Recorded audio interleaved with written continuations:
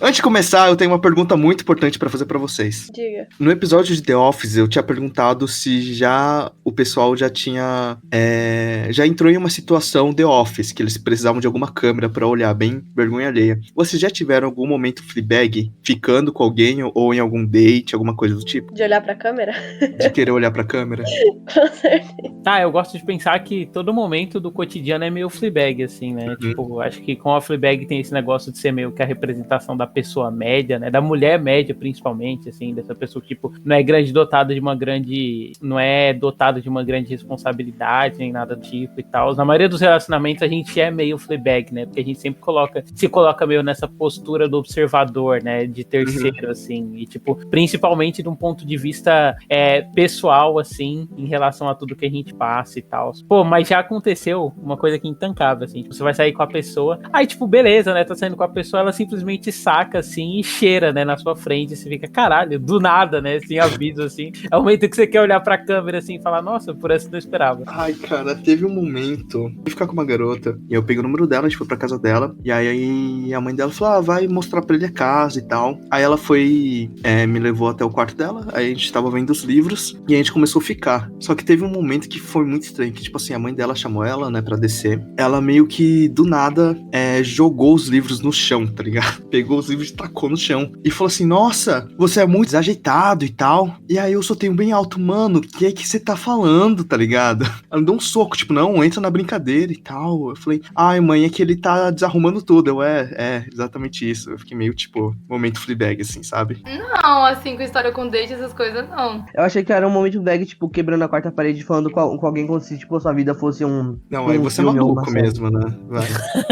Não, eu nunca falei com alguém, mas, tipo, eu já olhei, tipo... Você nunca falou com alguém? Merda... Já olhou pro nada, Não. né, e falou sozinho. Não, também, mas, tipo, uma pessoa já falou uma merda, assim, na minha frente, eu já virei pro lado, assim, com uma cara, tipo, como se eu estivesse olhando pra um público, sabe, só que não tem ninguém. Date momento Fleabag, não tive. Não teve nenhum. Porra, como Mas não? que vida amorosa é essa que Você só ficou com gente normal, cara? Não é possível isso. Pra mim não entra na cabeça. Tá, agora eu entendi. Tá, ok. Agora eu entendi. Ok. Meu Deus. Ah, já tive sim um momento Fleabag em date, é uma bosta. Nunca rolou de você ficar com alguém que claramente era gay, assim, e você descobrir que a pessoa era só hétero? Nossa, o que mais acontece, né? Mas, tipo, o principal ponto, assim, de um date Fleabag foi que, tipo, eu tinha saído com uma pessoa e tal, e aí a gente tava conversando, trocando ideia, e aí depois eu vi que tava mexendo no celular e, tipo, tava no Tinder. Daí eu fiquei, tipo, o que você tá fazendo no Tinder se a gente tá conversando aqui, seu filho de uma puta? Aí eu fiquei puto e fui embora. Você foi embora? Né, claramente. Nossa. Não, eu não fui embora, eu não fui embora, né? Mas eu... Você foi embora quando o date acabou. Ah, entendi.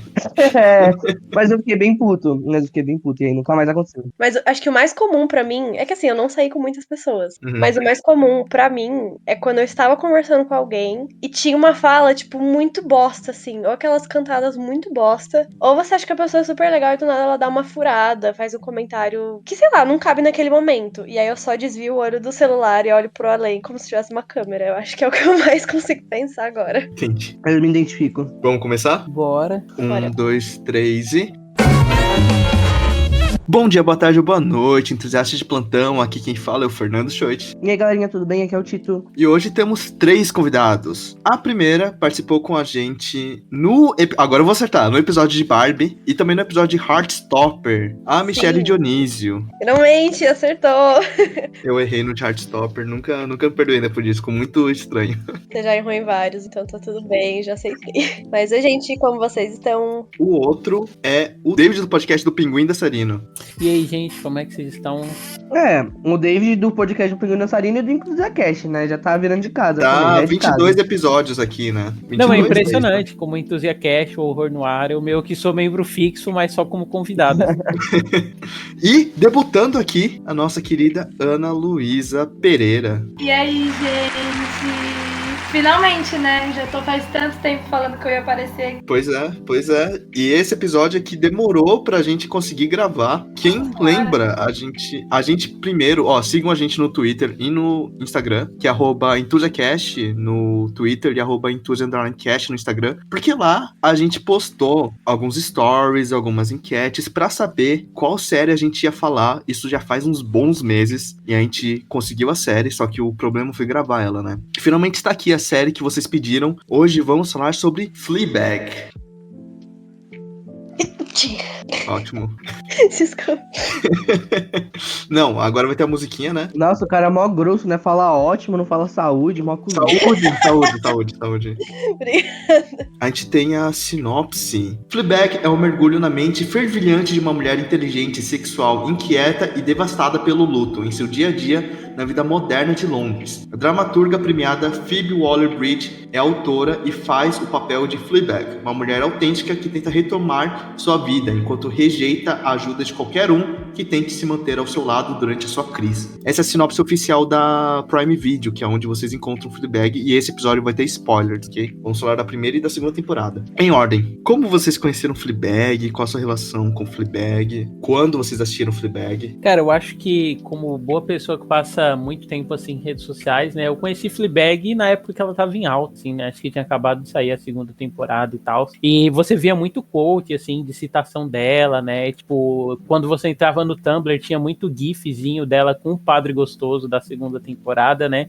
E eu tenho um fraco, assim, muito forte por séries britânicas, né? Eu gosto muito de Skins, Misfits, Doctor Who, assim. Então, quando vejo que a série é britânica, isso meio que já marca mais 4 pontos, assim, positivos com ela no meu coração, né? E aí, tipo, eu fui ver e tal, e me pegou muito, assim, esse lado crônico. E eu até brinco, assim, que Fleabag, Andone, Boneca Russa são essas séries que meio que são as sagas, assim, das mulheres comuns, assim, sabe? Tipo, elas são muito ancoradas nessas mulheres que elas são, tipo, a mulher média, sabe? Né? Tipo, a mulher que vai salvar o mundo, né? A mulher super poderosa e tal. E eu acho que esse aspecto, né, cotidiano, assim, meio mundano, assim, da personagem é o que faz a gente se apaixonar por ela e se identificar tanto, assim. Eu conheci Fleabag mais ou menos nessa mesma época do David, né? Que tinha acabado de lançar a segunda temporada. E eu lembro que minha tia tinha ido viajar e ela tinha Amazon Prime na casa dela, né? E eu fui assistir na TV dela, né? Óbvio, soubesse nem nada. Aí eu tava procurando coisas pra assistir. Eu vi Fleabag lá. Ela também me pareceu muito afetiva, assim, né? E eu fui assistir pra ver o que dá. A mulher chorando com a maquiagem desmanchada, né?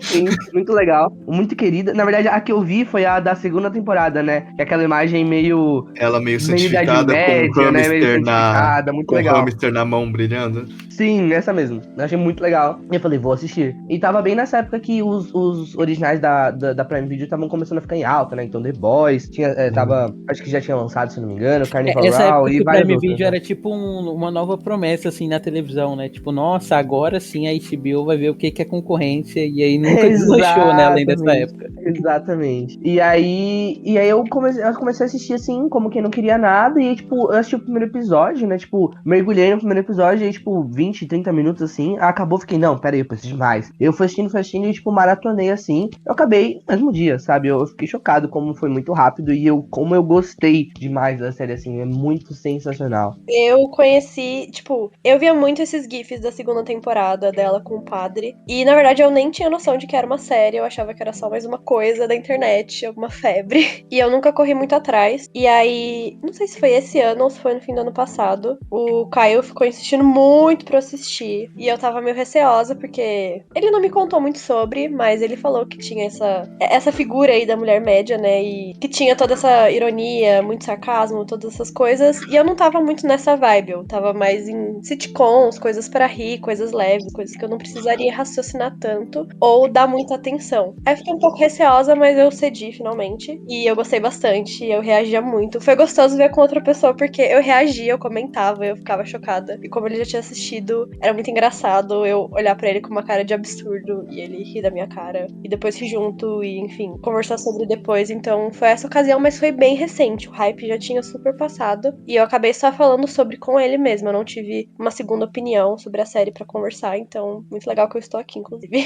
Você assistindo a primeira temporada, né? E ele pensando, nossa, isso é porque ela ainda não chegou na segunda. Então, eu comecei a primeira meio. Ok, legal. E aí ele realmente ficou nessa expectativa da segunda. E aí a segunda a gente viu super rápido e foi bem divertido. E muitos comentários.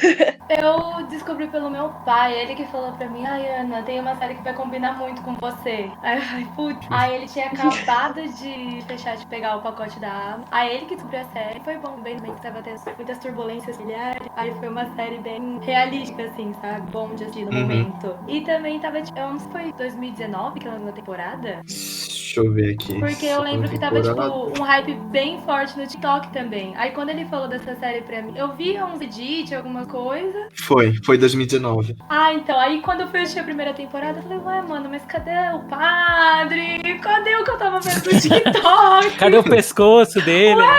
Aí Cadê eu o querido? Cadê? Ah, é a segunda temporada, tá bom. A minha mãe também, ela ficou meio assim, né? Porque Ué? eu falei, nossa, essa série assim vai ser muito boa, né? E tal. Eu achei os primeiros episódios com minha mãe ficou, não gostou tanto não. Tanto que ela não pegou a segunda, né? A Phoebe, a atriz que faz a Fleabag, ela cresceu muito, né? Eu lembro que esses dias eu fui ver Indiana Jones, o último filme com minha mãe, a gente tava no cinema. Aí minha mãe só apontou pra mim e falou assim, não é essa mulher aí que faz aquela série da doidinha lá, que ela mata a amiga dela? Porque ela viu o primeiro e o último episódio, né?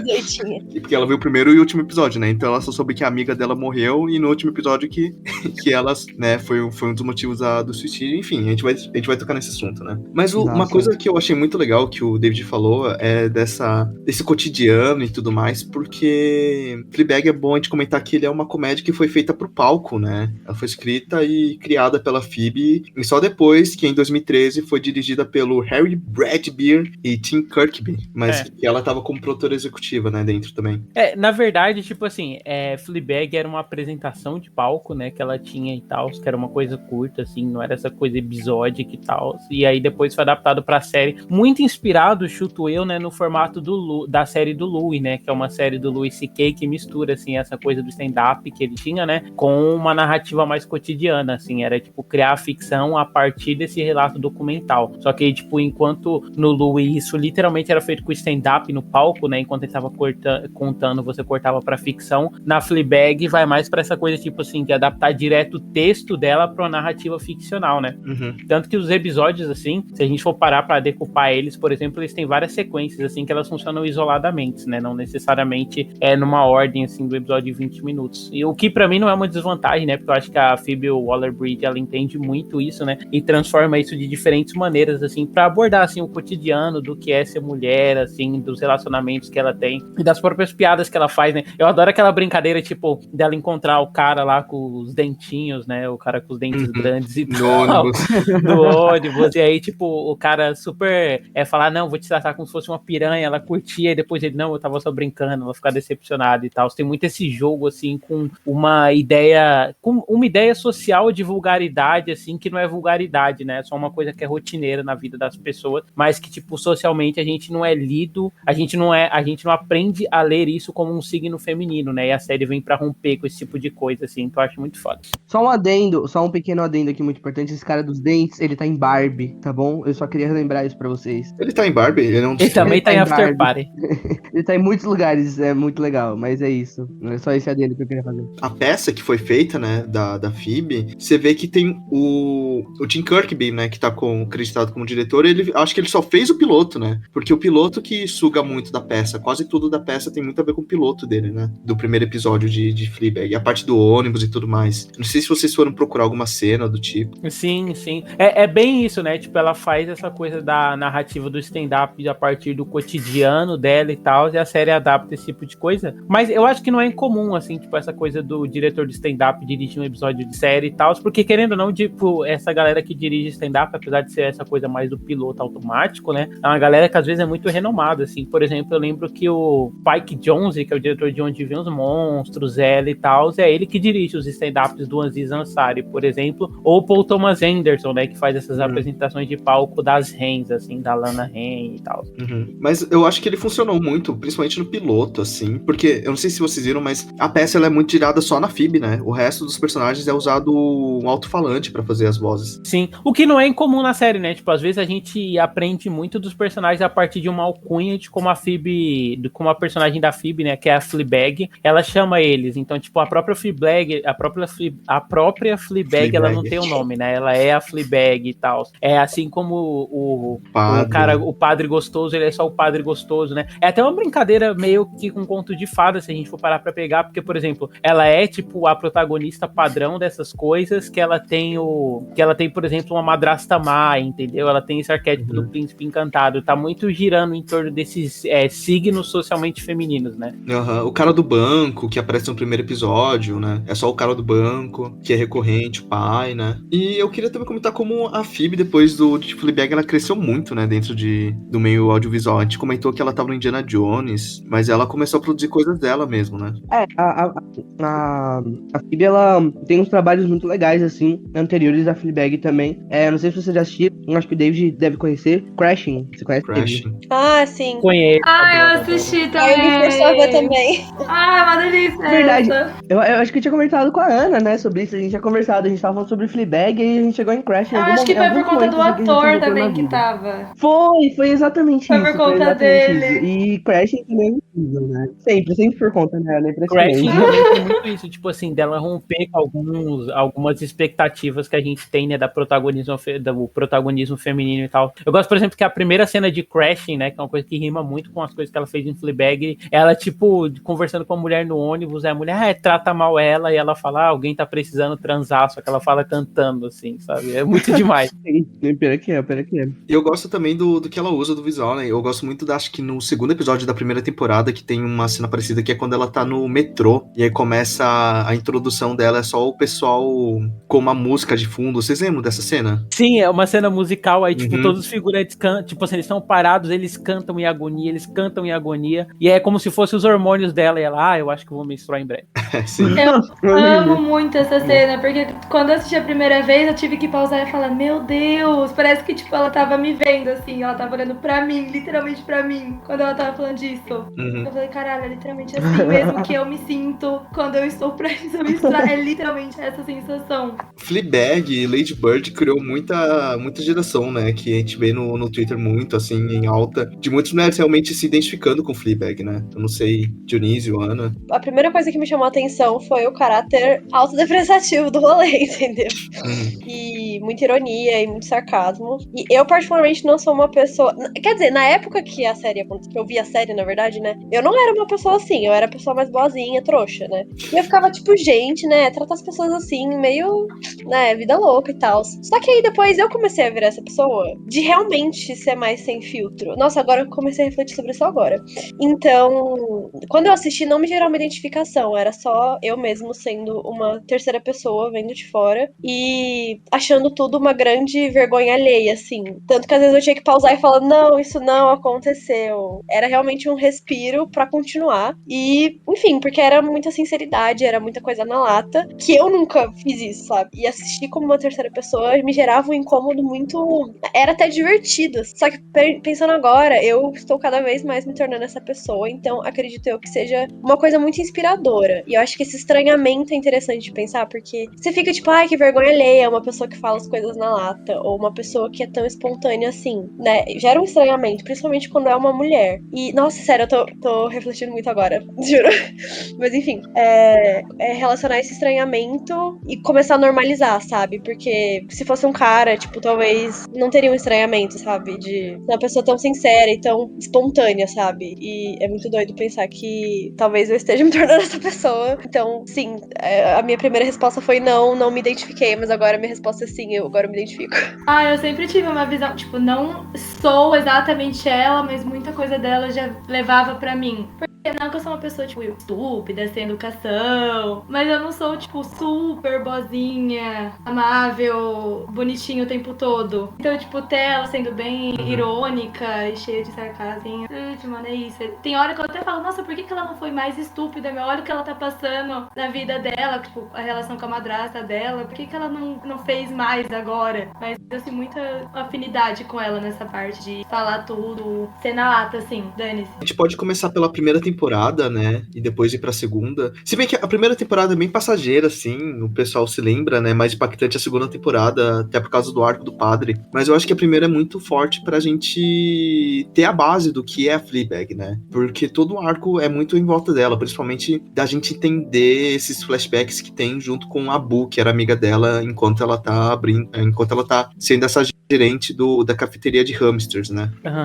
Eu acho até, Choit, aí eu não sei se todo mundo vai concordar e tal. É que eu acho que, assim, a primeira temporada de Fleabag é muito boa, assim, se tivesse terminado na primeira temporada, seria, tipo, uma minissérie excelente e tal, mas acho que torna ela uma obra-prima, assim, é o que ela faz na segunda temporada, sabe? Porque eu acho que, por exemplo, na segunda temporada você percebe, né, que, tipo, essa coisa mais episódica que eles têm, até na narrativa dentro do próprio episódio, assim, ela é meio dispersa, né? Tipo, as situações, elas têm um começo, meio e fim no próprio núcleozinho dela de 2 minutos dentro do episódio. Agora, eu acho que na segunda temporada, a Phoebe, ela refinou isso, né? E ela consegue, tipo, estender a situação que, tipo, geraria só, sei lá, 2 ou 3 minutos num episódio da primeira temporada para um episódio inteiro e potencializar, né, o drama desse episódio, assim, é o que acaba ficando mais com a gente também. Apesar de eu adorar a primeira temporada. Nossa, com certeza. Ela traz, que nem você falou, David, ela refina muito bem isso, né? E ela consegue trazer algumas situações de drama, sem ser totalmente 100% um drama, sabe? Então não fica aquela coisa pesada ao mesmo tempo. Então, às vezes no meio do drama tem algum momento de comédia, às vezes no meio do drama tem alguma olhada que ela dá pro público. Essa quebra da quarta parede na série, no geral, é uma coisa muito boa também, né? Então acho que a Phoebe, ela consegue fazer um trabalho muito bem feito, né? Com todo esse projeto da Fleabag. Ela realmente, a gente percebe que ela se esforçou muito pra fazer o trabalho bem feito ali dela. Tipo, são problemas muito loucos, assim, mas eu acho que não gera um afastamento da realidade. Igual já foi falado, é bem cotidiano, por mais que seja muito louco, não gera um afastamento muito grande da realidade, porque, principalmente com as olhadinhas na câmera, não sei, eu me sinto como se eu estivesse fazendo parte da situação, mesmo que seja uma espectadora, sabe? Sim. E aumenta ainda mais essa normalidade. Até porque também, né, tipo, todas essas situações, elas partem de premissas que elas são muito cotidianas, sabe? Tipo, ela flertando no ônibus, ou ela indo ver uma palestra, assim, sabe? Ela numa entrevista de emprego. Todas têm esse lado super, tipo, cotidiano da vida urbana, né? Não são, tipo, é uma coisa super específica que ela foi fazer, né? E gerar esse afastamento. Essa coisa super comum e tal. Eu acho que até algumas piadas, por exemplo, tipo, ela ser a dona da cafeteria e ter o cara que só vai lá pra carregar todos os 85 aparelhos dele e ficar usando Wi-Fi, sabe? Sim, é muito bom. Esse tipo de coisa faz a gente empatizar mais por ela, justamente por ser uma coisa super normal, assim, né? E que a gente vê, tipo, a parte do rotineiro e que a série constrói como uma parte da vida da protagonista também. Uma coisa é justamente quando ela vai na entrevista. Acho que é uma entrevista de emprego, né? Não, quando ela vai no banco. É o primeiro episódio que ela vai conhece o cara do banco, é. Isso, e aí ela tem que correr até pra chegar lá, e ela chega, tipo, muito cansada, né, com calor, e ela vai tirar a blusa, e aí, tipo, sai a blusinha por debaixo também, ela fica só de sutiã, e ela fica, tipo, putz, calma. E aí o cara vai lá achando que, tipo, ela tá querendo ficar com ele pra poder conseguir a grana e tal, e na verdade não, foi só um infortúnio mesmo, e, tipo, é um medo que passa na cabeça de todo mundo, né, quando vai tirar a blusa, e aí todo mundo sempre fala, nossa, segura aqui pra mim, por favor, então, tipo, você se identifica com algumas coisas, assim, né, que acontecem na vida dela, e você pensa, porra, é foda, né? Mas o que eu gosto também é porque essa primeira temporada toda gira muito em torno do luto. Então a gente vê o luto dentro do cotidiano dela. Então mesmo que seja esse negócio muito mais contraído, dela fazendo as coisas do dia a dia, eu gosto como ele usa esses relances que remetem a Boo, né? Então ela tá falando alguma coisa cotidiana e do nada aparece, algum personagem fala alguma coisa que remete a Boo. E aí aparece realmente o relance da Boo e corta, né? Porque ela volta pra realidade, como se ela se desassociasse. Porque ela tem esse negócio de dissociação durante a série, né? Os momentos que ela olha pra câmera, enfim. E eu acho até foda, assim, como, tipo, desde o começo a série flerta com essa coisa cotidiana e ao mesmo tempo com essa coisa vulgar, entre aspas, né? Tipo, eu gosto muito que a primeira situação seja toda aquela de sexo dela com o cara lá que é muito gostosão e tal, e só aparece o logo da série, né? Tipo, a chamada, tipo, a Fleabag, depois quando ela pergunta, tipo, a gente faz tudo isso e tal, transa com a pessoa, faz sexo anal e fica se perguntando, será que meu cu é enorme pro pau dele caber, sabe? Aí, tipo, corta, assim, pro título da série. Então, tipo, o tempo todo essa brincadeira do cotidiano, né? E esse contraste, assim, com uma vulgaridade, entre aspas, né? Tipo, eu acho que é muito legal, assim, o quanto a série, ela consegue romper com vários paradigmas, né? Porque ao mesmo tempo que a gente tá vendo uma série de comédia, a gente descobre no final que ela é toda ancorada no drama, né? E ao mesmo tempo que ela é uma série com uma protagonista feminina e tal, ela não tá presa a estereótipos de como a gente enxerga a femininidade, nem nada do tipo. Não, tipo, é o real, na verdade, assim. Não é uma idealização do que seria uma mulher vulgar. É, tipo, essa realidade que ninguém presta atenção e que, se acontece, todo mundo silencia e fala, não, isso não é adequado, sabe? Por isso que no começo gera esse estranhamento de, nossa, quantas falas cortantes, espontâneas e, entre aspas, vulgares. Mas depois você pensa, tipo, nossa, eu numa roda de amigas, eu falo muito essas boberagens também. Eu também, sei lá, trato as pessoas de X maneira. Então, tipo, é a realidade. Isso é muito real mesmo, tipo, de ter uma visão, assim, às vezes, masculina sobre ai, como a mulher se colocou nessa série. Quando a gente é mulher e assiste, só tipo, nossa, realmente, a gente pensa sobre isso, tipo, tanto quanto fala uns absurdos em roda de amiga que quem ouve de fora ia ficar, mano, o que vocês estão falando? Por que vocês estão falando sobre isso? Que é tipo só normal. Você fala, ah, tá, é só isso. Ela só tá pensando isso, porque é um bagulho que a gente já pensa normalmente. Principalmente sobre a questão do homem, sexo e de toda essa patifaria. E se fosse o contrário, seria normal. É, exatamente, mas quando a mulher posta ali, é só tipo, nossa, olha que da hora que ela, como ela fez a visão da mulher, sendo que não. É só tipo, quando a mulher assiste, é só tipo, ah, tá bom, mais uma série normal, é assim que a gente age mesmo. Na minha rodinha de amigas. Eu gosto como ele equilibra essa parte, tanto do papel da mulher, quanto da comédia e o drama, ao longo da série, né? Então a gente tem esse negócio do luto, que parece que a primeira temporada só vai jogando ela pra baixo, né? Então a gente tem muitas coisas ruins acontecendo com ela, tanto com a parte dos pais, quanto com a parte da Claire. Eu acho que a figura do Martin entra muito nisso, que é o esposo da Claire, não é? Sim. Que é essa figura do homem mesmo, presente na vida dela, da primeira temporada, né? É que assim, tipo, todo homem na série, ele é meio deplorável, né? Tirando o padre, assim, da segunda temporada. A gente tem primeiro, tipo, o namorado dela, né? Que o primeiro Harry. contato que a gente tem é tipo, ah, beleza, ele faz sexo com ela, mas ele só vai fazer um tipo de sexo. Aí quando ela quer outro, ele não consegue oferecer e tal. Aí tem o Martin, que essa pessoa fica jogando ela pra baixo o tempo todo, né? Tipo, quando ela tá olhando o celular, ele, não, esquece, não vai ter nenhuma notificação, porque ninguém te ama. Inclusive, essa série estragou esse ator, assim, pra mim, porque eu odeio ele toda vez que eu vejo. Ele aparece em Stranger Things, eu, puta, lá vem um cunhado merda da Fleabag, cara. E ele é mó legal em Stranger Things, mas eu ficava, nunca esquecerei o que você fez com a Fleabag. Exatamente. Mas eu gosto muito da relação que ela tem com a Claire, né? A Claire, o Martin entram muito nisso. Com a família dela dessa primeira temporada, né? Não, eu acho perfeito, assim, tipo, o quanto a Claire é essa pessoa com quem ela deveria ter maior proximidade, ela tenta, mas ela não consegue. Naquele momento que a Claire vai abraçar ela depois da palestra, ela dá um tapa, assim, ela, não, o que você tá fazendo? Eu vim te abraçar. E o pai dela que é um merda, assim, né? Tipo, ele é só o marido troféu da madraça que é artista e tal. A Olivia Colman. Sim, que tá perfeita na série. E, tipo, ele não consegue entender a própria filha, né? Tipo, a filha dele vai lá, fala que ela tá em crise no meio da noite. Ele, pois é, né? Que rapaz, que coisa. Mais uma semana falando de uma série que Olivia tem a Olivia Colman, né? Ela tá em todos os série lugares. britânica com a Olivia Colman. Sim, sim. Perfeita. E eu gosto muito dos símbolos que Fleabag usa. A gente vai falar mais disso da segunda temporada, que tem muitos símbolos, né? Mas eu gosto que o maior símbolo daqui é a estátua, que tá sempre perseguindo ela, né? Sim. Perseguindo entre aspas, né? É a estátua e também a emasculação, assim, dos homens à volta dela, né? O que é muito brilhante. Eu acho que, tipo assim, todo o relacionamento que ela tem, tipo, ou ela consegue, né, tipo, entrar numa posição de poder, assim, em relação à pessoa, tipo, ela que manda e tal, ou até a madraça dela, por exemplo, né, no final da primeira temporada tem todo o negócio, assim, de mostrar, tipo, diferentes paus que ela já viu e tal, o que, inclusive, gerou uma discussão na internet uns anos atrás, meio ridícula, assim, que, tipo, pessoal, nossa, gente, vocês viram que nessa cena ela reconhece a piroca do pai dele, assim, com essa piada e tal, será que isso significa que, na verdade, ela foi abusada pelo pai e, tipo, era só uma piada, sabe, com o fato dela conseguir reconhecer o pau do pai dela. E eu queria falar sobre a relação, né? Voltar a essa parte da relação dela com a família, porque é muito legal essa construção toda que tem. Porque a irmã dela é uma... Eu não sei dizer, eu acho ela uma querida, sabe? Ela só é meio... mas eu gosto da irmã dela. E aí a relação delas duas, assim, é muito interessante ver essa construção ao longo da primeira temporada, né? A gente vê ela ali no primeiro episódio e tudo mais, e ao longo da primeira temporada, depois também na segunda. E mais do que isso, eu gosto muito de ver a dinâmica que existe entre as duas juntas com a madrasta também, né? Isso é uma dinâmica à parte que eu acho muito legal, assim, porque vamos combinar que nenhuma das duas gosta da madrasta, né?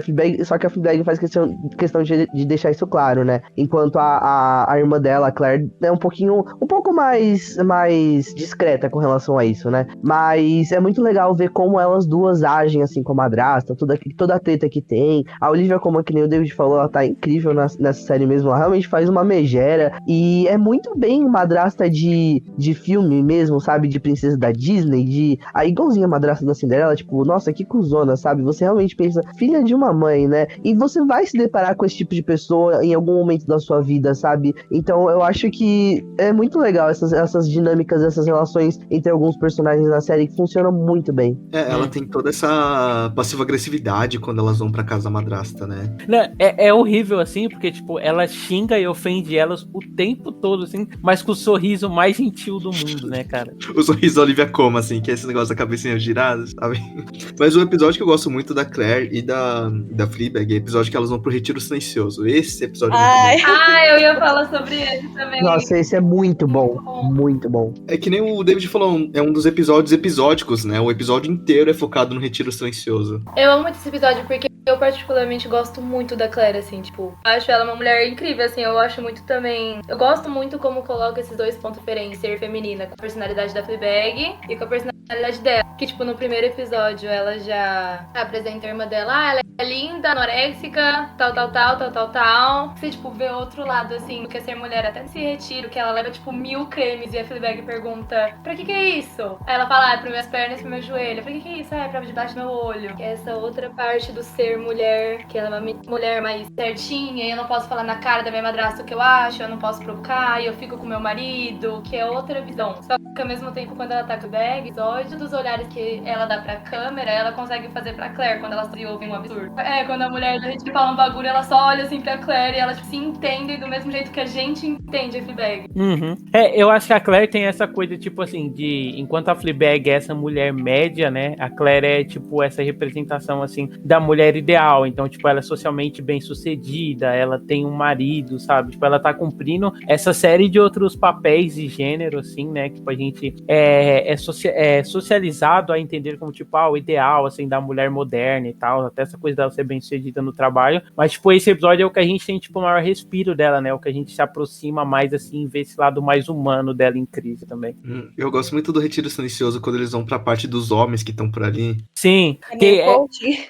o contraste é que, tipo assim, a mulher, ela socialmente, ela vai pra um retiro pra treinar a reprimir sentimentos. Então, essa coisa do silêncio. Enquanto o homem, ele socialmente é treinado pra, tipo, expressar de uma maneira agressiva. Então, tipo, é esse negócio dos caras ficarem slut, gritando, né? É super Xingando, simbólico. Super simbólico, assim. É ser calma, ser quietinha, não gritar quando você tá infeliz. E os caras, tipo, bem naquela vibe coach mesmo. E é muito simbólico essa posição entre silêncio e barulho, sei lá. É bem Até as bizarro. atividades, né? Tipo, elas vão pro retiro e elas têm que ficar, tipo, arrumando a casa, limpando o chão, Ai, assim, que saco. essas coisas dos signos femininos, né? E eu gosto que nesse episódio tem a figura do cara do banco, né? Que aparece no primeiro episódio. Sim. Que ele conta a merda que ele fez, porque o relacionamento terminou. E ao mesmo tempo a Fleabag, ela acaba não julgando ele. Ela acaba julgando ele, obviamente, mas não condenando ele, né? Então ele tem esse arco dentro da série que acaba fechando no último episódio. O que tinha acontecido com o relacionamento dele? Eu Essa lembro, é parte eu não porque ele assediou uma mulher, se eu não me engano, né? Aí ele até conta que, tipo, na festa, Foi. ele fala, eu acho que relei 2 vezes nos seios da tal pessoa na festa, né, da mulher. Ele fala que ele só queria o relacionamento de volta com a esposa dele, com as filhas, proteger a filha dele, e que ele não queria mais ser esse babaca que ele é. E a Fleabag só tava olhando pra ele em silêncio, porque ela tava nesse negócio.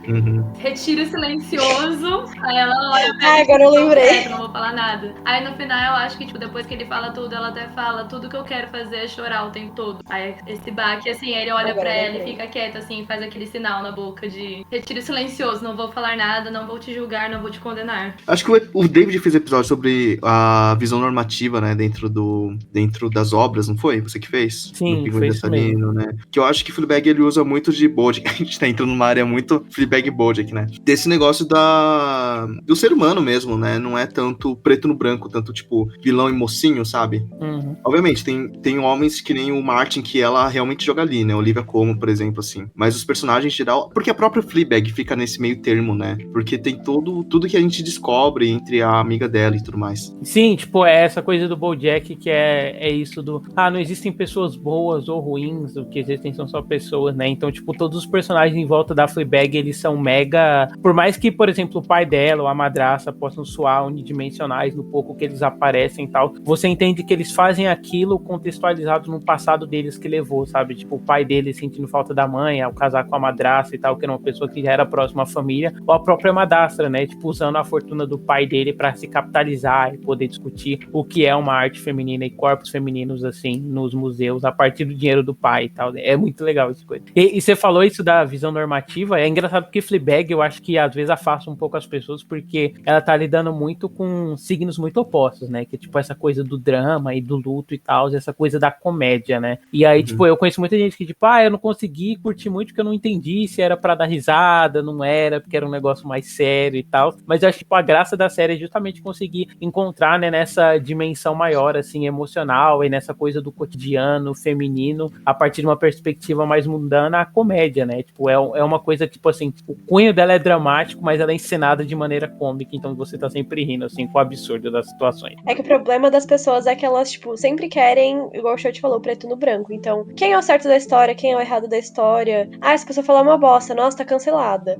Mas aí ela foi mais legal nesse outro momento e, descancelou. Então, as pessoas gostam de uma dualidade extrema pra sempre ficar de um lado e não transitar entre eles e entendendo que a gente, na verdade, é assim. Somos falhos, a gente fala bosta, a gente, enfim, dá esses furos. Mas, ao mesmo tempo, a gente tem algumas motivações, algumas provocações pra, às vezes, fazer alguma coisa mais legal. Então, o meu incômodo veio disso, de realmente não entender de quem é o lado, de quem é a culpa, mas depois eu fui entendendo ao longo dos episódios e me acostumando, e entendendo também que essa é a realidade, de que, enfim, em diversos momentos a gente vai assumir diversos papéis, e eu acho que na série isso é muito legal, e transitando entre, enfim, esse drama, esse humor, ou até mesmo misturar as coisas, porque não tem caixinha, sabe? Essa coisa, a série é disso, encaixar ela num gênero. A pessoa que gosta lá do gênero vai assistir e fala, tipo, mas eu não entendi, eu não gostei, eu acho que ficou mal representado o meu gênero favorito. E, tipo, não é assim, é experimentando as coisas e misturando, enfim, transitar entre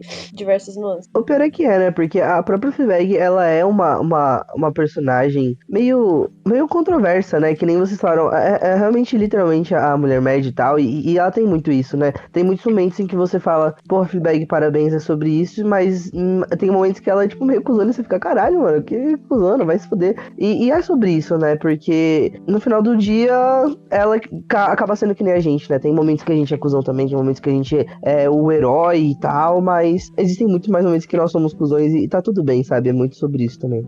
A gente tem a figura, por exemplo, da Claire, que ela tem esse problema com sair do padrão, sair da rotina, enfim, de seguir o meio, né? E eu gosto muito que ele brinca com essa série inteira. Eu gosto muito daquela cena em que tem o maior quebra de padrão possível da Claire, que é o cabelo dela, né? Que Muito bom. sai completamente do padrão. Muito bom. Nossa, você parece eu estou parecendo um lápis. Claire, é É muito- francês. E eu gosto Nossa. que, mesmo isso, né? Mesmo sendo essa coisa pequena, por exemplo, a parte do cabelo, a gente tem como a Claire se relaciona também, né? Porque um dos problemas também em largar o Martin era essa parte de sair do padrão, né? De sair do relacionamento. Já era uma mudança muito drástica pra Claire. E que muita gente julga a decisão da Claire de continuar com o Martin sem ter as justificativas, né? Obviamente, não é tão drástico quanto o cara do banco que literalmente assediou uma mulher, mas tem essas coisas, né? Do ser humano. Enfim, eu acho que as figuras masculinas nessa série são, de novo, são bem essas nuances, assim. Mas eu também acho que é bem real. Não normal, mas é real. Uhum. Porque é um assunto muito difícil. Tipo, geralmente a gente taca pedra na pessoa que não tá perto da gente. Tipo, sei lá, a gente vê o caso de algum famoso ou de, sei lá, algo externo ao nosso círculo. Mas quando é dentro do nosso círculo, tipo, eu posso dizer meio que vivendo isso agora. É difícil tratar o assunto porque na hora, e quando você está dentro da situação, tem muitas implicâncias, de novo, tipo, não é só o preto no branco, sabe? E, enfim, conforme a gente vai crescendo, tipo, antes era realmente algumas imaturidades adolescentes, enfim, mas quando a gente vai crescendo, a gente vai percebendo padrões nas coisas e realmente o risco de cair na rotina porque vira um padrão e você fica tipo, não, é assim mesmo. Na série, eu acho que o impacto é menor porque é um personagem que aparece, tipo, 2, 3 vezes e é tudo muito, tipo, nessa hora ele fez merda, e aí nessa hora, tem um motivo, então tudo bem. E realmente é perigoso, porque se for trazer pra realidade, o arco é maior. Uhum. E é uma reflexão bem interessante de pensar de acreditar na redenção ou de ficar com o famoso pé atrás. E eu acho que nesse caso, o mais seguro é sempre o pé atrás, porque esse tipo de comportamento em particular é muito difícil de... Você tá falando do Martin agora, né? Que é Não, eu o tô falando do namorado cara do banco. Do cara do banco, E aí, tá. e aí eu ia pular pro Martin. Tipo, Uhum. é muito difícil de voltar atrás. E aí, indo pro Martin, ele tenta ser o engraçadão, e aí tem esse perigo de, tipo, ter esses momentos na série que, por exemplo, a Fleabag é cuzona, e você ficar tipo, haha, que engraçado. engraçado, mas que vergonha alheia. E aí chega na hora do Martin e ele tem falas que tem esse perigo das pessoas acharem engraçado, e aí fica essa discussão, esse curso dualizado de tipo, mas a mulher sendo cuzona aí você deu risada, e o cara, sabendo que são coisas diferentes, sabe? Então, enfim, é um assunto bem difícil, bem pesado. Eu não confio muito nos caras dessa série. Só no padre, tipo, acho que ele é o único que eu realmente lembro que eu tenho, sabe, coisas boas pra dizer sobre ele, mas, tipo, os outros não me marcaram muito. Concordo, né? Não sei se tenho muito a acrescentar em cima disso, não. O que eu gosto dessa primeira temporada é que tem muito essa ideia do abandono da Fleabag, né? Então, aos poucos, ela se vê abandonada tanto pela Claire, porque a Claire acaba ficando do lado do Martin, quanto pela Olivia, né? A Olivia Colman, no caso, que é a madrasta dela e a família dela, pelo pai dela, quanto até mesmo de alguns outros recursos. A gente tem a figura do Harry, que a gente falou muito pouco, que é o primeiro namorado dela, e acho que é na primeira temporada mesmo, que ela tenta falar com ele alguma coisa e você vê que ele tá namorando, sabe? Ele não quer mais ela de volta. Então ela se vê completamente no fundo do poço, no final da primeira temporada, completamente abandonada. Ele acaba com esse amargor na boca. Eu acho que o Harry é só, tipo, mais uma representação, assim, dessas pessoas quebradas, né, à volta dela. Porque, tipo assim, você vê que ele tem uma certa relação afetiva, mas ele não consegue oferecer emocionalmente a dimensão, assim, que a Fleabag procura, né? E aí, tipo, toda essa superficialidade dele, esse jeito unidimensional dele, se acaba incomodando ela, né? É essa coisa da primeira troca com ele, tipo, quando eles terminam, ela ter essa figura do elefante, né? Que é, tipo, essa coisa que ele sempre vai voltar pra casa pra buscar. E aí, esse é o momento que, tipo, eu não preciso mais dele, né? Ele esqueceu disso, é o sinal de que agora ele não vai mais voltar com ela. Eu acho muito foda, assim, o jeito que a série constrói. Vocês não querem falar nada sobre a Boo, a personagem da Boo? Porque acaba com essa descoberta, né, sobre o suicídio da Boo, né? Porque tem um momento em que ela encontra o cara com quem era o ex-namorado da Boo na sapataria, e aí vai todos em lance até a gente descobrir no último episódio quem fez sexo com o namorado da Boo, porque aconteceu tudo mais. Não, é que uma coisa que eu lembrei que vocês estavam comentando antes, relacionado a Boo também, sobre esses pensamentos. E tem uma cena, eu acho que foi até no Retiro, que alguma coisinha, um gatilho nela, e vem aquela cena que ela tá desabotoando a calça do namorado da Boo, e ela fala, tipo, não agora. Sempre que alguma coisa dá o gatilho, ela tenta sair daquilo, aí volta uma cena mais engraçadinha, ou de piada, e no final, quando dá aquela merda inteira, parece que ela tá sendo encurralada pela câmera, tipo, agora não dá mais pra eu fugir desse assunto. E aí é só no final que a gente fica sabendo que ela foi a que traiu a Boo. Mas então, eu gosto muito, uma coisa que essa relação das duas, né, e como a gente vai percebendo aí, tanto, eu acho que no último episódio, né, quando tem toda essa descoberta, e depois na próxima temporada, é muito legal ver como isso impactou ela, né, como ela realmente fica muito impactada, e aí é óbvio, né, porque daí quem não ficaria, né, mas eu gosto muito da forma como a gente consegue ver isso na série, né, todos os pontos, assim, a reação, e aí volta pra thumb, né, que é o final da temporada, né, a thumb da primeira temporada, que é o final da primeira, e é muito legal como a gente vê o que isso teve na Fleabag, né, e aí é um impacto que a gente vê que vai se construindo ao longo da temporada, mesmo sem que a gente saiba, e quando chega no final, esse impacto ele acaba sendo gigantesco, né, quando ela descobre o porquê e tudo mais, e esses traumas da morte da menina que são carregados pra segunda temporada, e a gente vê essa relação dentro do relacionamento dela com o padre e tudo mais, e como isso é afetado por conta desses traumas. Acho que era isso. Eu queria fazer uma pergunta. Se foi previsível pra vocês a traição em relação a Boo e tal? Pra mim, não. Eu não tava esperando. Eu também não. Eu só achei que, tipo, a Boo tinha morrido de jeito trágico, a gente só ia ver no final da temporada, porque era uma coisa muito pesada e que mudou ela pra sempre, assim, não que no fim das contas ia ser responsabilidade dela, né, mas baseado em toda a espiral de acontecimento que tem, assim, no final da série e tal. Cara, acho muito foda, inclusive, quando ela tá no fundo do poço, assim, que é quando a série acaba, e aí, tipo, a gente volta pro momento inicial desse fundo do poço, né, que foi a Boo morrer, assim, por conta dela ter ficado com o cara. Sim, e eu gosto como isso conversa com a série inteira, né, porque você vê que a Fleabag tem alguma coisa interna em relação a esse luto, e sempre uma culpa muito grande, né, então meio que ela só aceita que ela vai ficando ao fundo do poço, e ela só aceita que as pessoas vão abandonar ela, sem uma relutância muito grande disso, sabe? Eu gosto como a série não passa pano pra essas atitudes também, sabe, como, tipo, ela fez merda e, tipo, porra, ela tá se fudendo por causa disso, sabe, então eu acho muito legal como eles abordam esse ponto e tal, porque no final do dia acaba sendo assim também pra gente, sabe, pra nós seres humanos normais e reais, sabe, a gente também sente essa culpa, a gente também passa por esse processo. E acho que é nesse momento, assim, que a gente consegue perceber e simpatizar mais ainda com a Fleabag, né? E ao mesmo meio que, não é com raiva, sabe? Mas, tipo, ficar meio chocado, sabe? Eu acho que chocado seria bem a palavra, assim, real, assim, quando a gente vê o final, assim, da temporada. Pra mim foi interessante que isso pipoca durante a temporada, só que não é só sobre isso. Igual, são esses flashes, são essas tentativas dela se lembrar de todo aquilo, mas não é só sobre esse tema, não é só sobre a merda que aconteceu. É sobre também as consequências, mas também sobre outros temas cotidianos. E é tudo muito ligadinho e não faz você esquecer que tem essa coisa, tipo, do nada você fica tipo, putz, é verdade, é a Bu, né? E aí vão acontecendo outras coisas e aí acontece de novo, de novo, de novo. E deixa aquela ansiedade, mas ao mesmo tempo ela fica meio dormente quando não tá falando sobre. Você não fica só pensando, putz, por que será que aconteceu? Vai acontecendo outras coisas, e aí pipoca de novo o assunto, e aí te dá essa expectativa. Eu acho que é por isso que é tão imprevisível que no final da temporada finalmente revele. Pra mim foi levemente previsível, mas foi porque o Caio ficava nervoso do meu lado por nada. Então eu ficava, vai acontecer alguma coisa.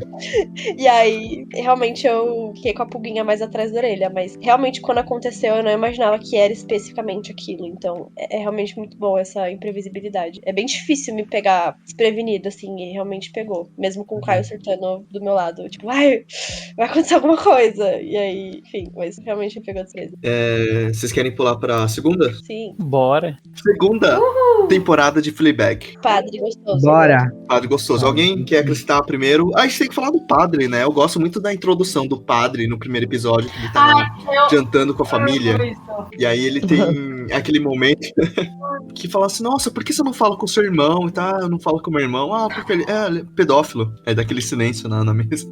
E eu gosto muito da primeira interação que ele tem com a Fleabag, que ele vai fumar, né? Do lado de fora. Não, a Fleabag sai e ele vai também. Realmente, né? A segunda temporada é uma coisa assim, né? É realmente uma coisa. Eu gosto muito eu acho que nem o David falou, eu acho que a segunda temporada ela é o ponto que transforma a Fleabag em uma obra-prima, né? Porque a gente tem toda uma construção muito legal na primeira, a gente tem o desenvolvimento da Fleabag, a gente vai entendendo os porquês e tudo mais, a gente vê a questão sobre o suicídio da Bu, mas aí chega na segunda, aí é um momento de... Acho que a série amadureceu muito de uma temporada pra outra, isso também é muito, muito perceptível. A própria Phoebe, ela faz um trabalho legal, assim, acho que ela tá na produção, né, das duas temporadas, mas ela tem um trabalho bem maior na segunda. E é muito legal como a gente vê as questões da Fleabag que ficaram da primeira temporada, trazendo aqui agora, né, pra esse momento dela, pra todo esse relacionamento dela com o padre, pra questão dela com a própria família, e como tudo isso vai ser desenvolvido. E, obviamente, também a própria evolução da Claire, que eu acho que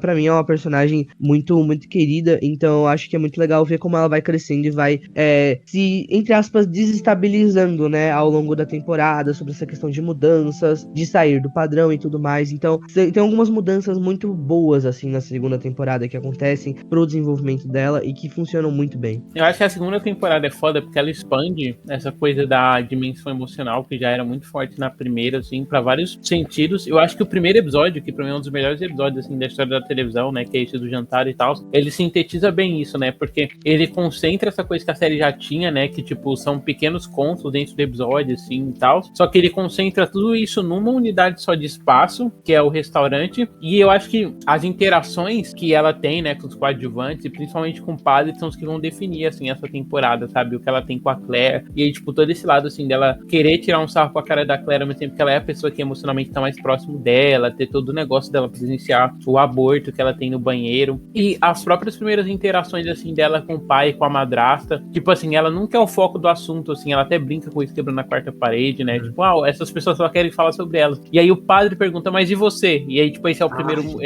a primeira quebra que tem, sabe, a primeira Muito interação bom. entre eles, e aí, tipo, quando eles vão fumar, tipo, essa coisa dele sair de fora do papel de padre, né, e aí, tipo, soltar um fuck you, e ela ficar mal interessada, assim, porque tem essa coisa meio sacana que ela gosta, eu acho incrível, assim, tudo desse Eu acho primeiro que episódio. essa cena também do...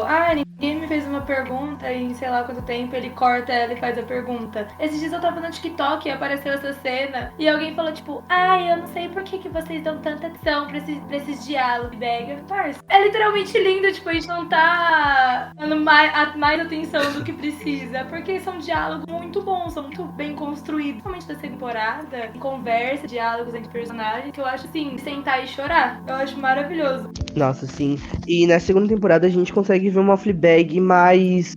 não sei se vulnerável seria a palavra mais certa, mas ela consegue se abrir mais, porque ela encontra, entre aspas, uma pessoa certa, né? Que seria o padre, assim. Então a gente consegue ver muito bem essa relação dos dois. E tanto ela está mais vulnerável, que o padre percebe a quebra da quarta parede dela. E ele pergunta, é muito bom. E aí ela faz aquela quebra da quarta parede e ele fala, por que você olha pra trás? Com quem que você tá falando? E ela, tipo, eu não falei com ninguém. E aí, tipo, ela olha pra trás de novo e ela fala, e ele fala, mas você fez de novo, o que é isso? E eu fiquei tipo, meu Deus, Cena mais engraçada que tem. Esse pra mim, tipo, talvez seja um dos melhores usos, assim, já feitos de... Talvez não, é um dos melhores, talvez seja o melhor, né? Melhor uso da quebra da quarta parede, porque, tipo assim, não é só um negócio que te pega de surpresa e que, tipo assim, adiciona um comentário a mais à cena que você viu, sabe? É tipo, você conseguindo fazer exatamente isso que eu acabei de escrever, mas também pra delimitar, assim, o que é o relacionamento de uma pessoa e a que ponto a outra entende ela, ao ponto de perceber que ela quebrou a quarta parede, sabe? Tipo, é isso, assim, ela vive num mundo só dela e que ela fala com a gente, alguém consegue ver ela ao ponto de conseguir ver esse mundo, e isso é maravilhoso, assim, na série. Eu acho que a atuação, inclusive, do Andrew Scott, né, que também fez o Moriarty de Sherlock, assim, acho que é um ator excelente e tal. Diz muito sobre isso também, né, porque ele é sempre essa presença meio solar do lado dela, essa pessoa que tá puxando ela pro lado mais positivo, que tá fazendo ela sorrir e tal. Dá super pra entender porque ela se apaixona por ele, que a própria série faz que a gente se apaixone por ele também. O que eu gosto dessa cena da quebra de quarta parede é que nem o David, ele deu a interpretação dele conhecer ela, mas eu vi muita gente, né, entrando no TikTok, entrando nas redes, cada um teve uma interpretação diferente sobre isso, né, eu vi muita gente, alguns discutindo que era dele ter esse lado meio divino, dele ter conseguido ver essa quarta parede, outros, que nem o David falou, dele ter essa conexão, outros de falar que ele é muito parecido com a Fleabag, né, desse momento de dissociação, dele ser muito parecido com ela, e eu acho que essas perguntas, esses paralelos que eles fazem, até a figura mesmo da estátua, que eu vi muita gente discutindo sobre, é o que leva muito a segunda temporada, né? Tem um dos símbolos que eu quero conversar aqui no final que eu acho muito interessante, que eu gosto que quando perguntam pra Phoebe, ela não responde direito, né? Que ela falou que existe alguma coisa, mas que, enfim, ela não vai ficar explicando sobre, né? Não, só que uma vez eu vi também, acho que foi no TikTok também, essa comparação dos dois serem muito parecidos, com ele conseguir ver essa quebra assim, tipo, da Fleabag e dela conseguir naquela cena da raposa. Ele fica falando, não, ela me persegue, tá me perseguindo, e ela conseguir ver também. Vou falar, não. Ela conseguir entender ele, não taxar ele. Eu quero deixar a discussão da raposa no final, porque acho que essa é a minha favorita, assim, dos símbolos, assim. Mas eu gosto muito do que ele traz, até aquela cena mesmo. Que eu gosto muito que o David falou, dessa parte dele sempre trazer o otimismo, principalmente na cena em que eles vão discutir sobre a morte, que eles estão andando, né? Ele fica tipo, como assim? Você acredita que no final você vai virar um monte de comida pra verme? Sabe, você não quer pensar numa coisa mais legal e tal, eu quero realmente pensar numa coisa mais otimista. Então a figura do padre é uma figura muito, muito boa pra se ter. Outra coisa que eu também acho muito legal é que tem aquele episódio em que acho que é o terceiro episódio, se eu não me engano, que a mãe Olivia Colman, mais uma vez mãe Olivia Colman, impressionante, madrasta, né? Madrasta Olivia Colman, ela fala, como que era? Acho que era tipo, você já teve um aborto espontâneo, você podia levar esse cara na cozinha, por favor, uma coisa assim. E é muito legal isso daí, porque, tipo, mostra como os atores, eles são versáteis, né? Como eles são fortes, como eles são interessantes. Tipo, realmente é uma coisa muito da hora, né? Porque ela fala uma coisa dessa, sabe? Ela faz coloca o dedo na ferida da Fleabag de uma forma tão brusca, assim, que você fica, como que isso tá sendo normal, sabe? Como que isso existe, sabe? Isso é muito legal também. O elenco da série é muito bom de uma maneira geral, na verdade, né? Eu gosto muito do elenco, de verdade. É uma série que tem alguns pontos, assim, muito positivos com relação à atuação. Inclusive, o Andrew Scott, galera, vai fazer o filme gay aí com o Paul Mescal, né? Então, fica aí. Sim, eu vi cenas já. Pois é, logo menos. Uhum. Vem aí. Mas eu gosto muito, muito. A própria cena em que ela Eu acho muito engraçado aquela cena que ela fala sobre Deus, aí cai o quadro atrás dela. Ah, sim, é muito bom. Umas sacadas muito boas, muito boas. Eu acho que nem o Shoei tinha comentado, o padre, ele tem essa visão, esse tom um pouco mais otimista, né? Mas, ao mesmo tempo que ele traz esse tom mais otimista, ele desbloqueia, entre aspas, né? Esse lado mais positivo e otimista da Fleabag. Ele também tem o lado negativo dele, né? Esse lado que puxa ele pra baixo e tudo mais. E a gente vai vendo esses contrapontos, né? Porque ele tem as cenas assim que ele bebe e tal, que ele fica bêbado. E acho isso muito legal também, né? Como a gente consegue perceber esses dois contrapontos, né?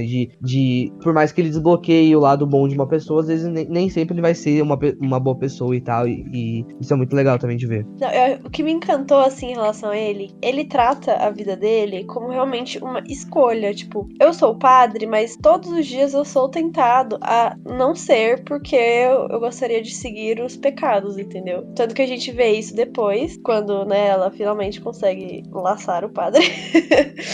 Eu não sei, me encantou muito essa coisa de ser uma escolha e dele se mostrar super falho, sabe? Ainda mais porque ele é bem mais jovem e tal. Porque tem esse estereótipo da pessoa que se dedica à vida santa, qualquer pessoa, né? Mulher, homem, enfim. Da pessoa realmente ser privada de qualquer outro pensamento, assim. Mas, tipo, naturalmente, do dia pra noite, vou ser uma pessoa mais santa.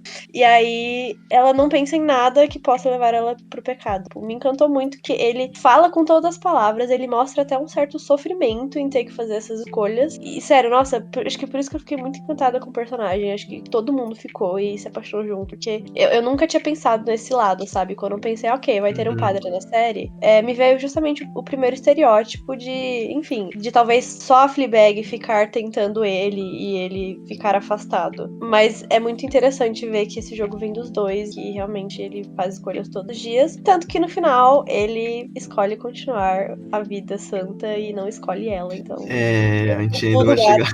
Mas o que eu gosto é que ele não é simétrico, né? Pelo que você falou, né? Sim. Ele é um personagem muito complexo pra gente analisar. Eu gosto muito do episódio, um dos meus favoritos, que é quando os dois saem. Porque a gente tem não só o padre conhecendo a vida dela, que é aquela cena do pescoço, né? Sim, é a fanquem do pescoço. É a fanquem do Scott, pescoço. Que a gente não tem só o padre conhecendo a vida dela, então o padre vai até a cafeteria. E é nesse ponto, né, que eu acho que eu entendi quando o David falou dele quebrar a quarta parede, que é quando ele entra no mundo da Fleabag, né? Ele conhece a cafeteria, conhece os hamsters, brinca com os hamsters. Como ela entra no mundo dele, ela vai conhecer a igreja, né, e tudo mais. Eu acho muito bom esse episódio. Uma coisa também que eu queria comentar, que a gente tinha falado antes, de como praticamente toda a figura masculina nessa série é deplorável, né? E a única que não é, que a gente olha e consegue falar, nossa, que homem é esse? Tem que ser um padre. Tipo, o nível do... Entendeu? Tipo, o tanto que o homem precisa ser pra gente achar ele menos deplorável. Tipo, ela colocou ele na série como um padre, por mais que ele tenha as falhas dele, todo esse negócio do escolher a batalha dele todo dia para não cair no pecado. Você vê como tem que, tipo, a cabeça do homem no que batalhar todo dia pra não cair no pecado. Essa visão de colocar ele como um padre. Porque, realmente, todos os homens da série, pra mim, são, tipo assim, terríveis, tenebrosos, insalubres. Principalmente o Martin, tipo, eu não consigo. Ele é aquele tipo de homem que dá asco, que dá nojo. E o padre, não. Ele é o único que você fala, nossa, realmente, nossa, que é isso? Sim. Porque ele é um homem normal, que trata ela normal, sabe? Que tá literalmente interessado em ouvir o que ela tem pra falar. Sabe, com aquele negócio de fazer o mínimo, e aí a gente já se apaixona? É ele. Eu acho que também porque todos os outros homens eram muito unidimensionais, né? Tipo, esse é o homem nojento, esse é o homem asqueroso, esse é o cara do banco. E o padre não, ele é muito interessante. A segunda temporada inteira, a discussão pode ser feita só em cima do padre. Ele é incrível. Realmente, na primeira teve muito essa mesa, tipo, teve mais de um homem dentro da vida dela, e foi tudo muito rápido. Na segunda, não, teve o padre. E aí deu tempo de crescer uma história em cima dele. Eu acho que todos esses pontos que a Ana trouxe, né, eles são muito interessantes, porque a gente percebe que o padre, na verdade, ele não tá tão ligado como o David diz, né, aos signos masculinos que existem, né, dentro da série, como os outros estão, né? Então, a gente tem a questão de assédio, de traição, de ser um cuzão, de ser um merda, todos eles relacionados ao homem, o que também é de fato verdade. E aí o padre, ele não tá relacionado a isso, porque ele é uma pessoa diferente, com uma personalidade, sabe, com uma profundidade enquanto personagem. Então tudo isso é muito legal, como a gente vê, como eles usam disso, né, e do fato dele ser um padre, pra que isso seja colocado na série, né? Então é um trabalho realmente muito minucioso nesse sentido de pensar especificamente ele ser um padre, né? Porque além de tudo isso, de todos esses pontos, ainda foi perfeito pra criar essa relação intransponível que existe entre os dois, assim, né? Ótimo, cara. Eu gosto muito também daquela cena que eles estão na igreja, que é quando os dois começam a se pegar. Nossa, sim. Nossa, é muito bom. Eles ficam, né? eu Eu não amo sei se ficam já nesse, não, né?